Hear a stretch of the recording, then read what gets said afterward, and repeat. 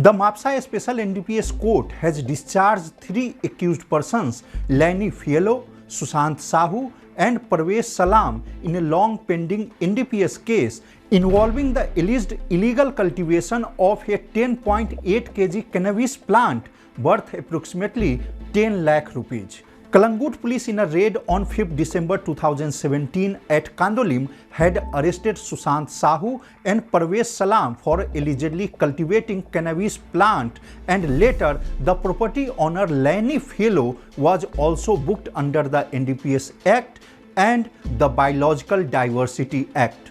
During the arguments over the framing of charge, pleading for discharge, Defense Counsel Advocate Michael Nazareth contended that in the NDPS Act, ganja is defined as the plant with flowering or fruiting tops, but the photographs, the Panchnama and the inventory shows that there were no any flowering or fruiting tops to the plant. Hence, it can't be termed as ganja as per NDPS Act. Discharging all the accused, the court observed that the property had an access for others and there is no proof that accused were intentionally cultivating cannabis. Mukesh Kumar for Prudent.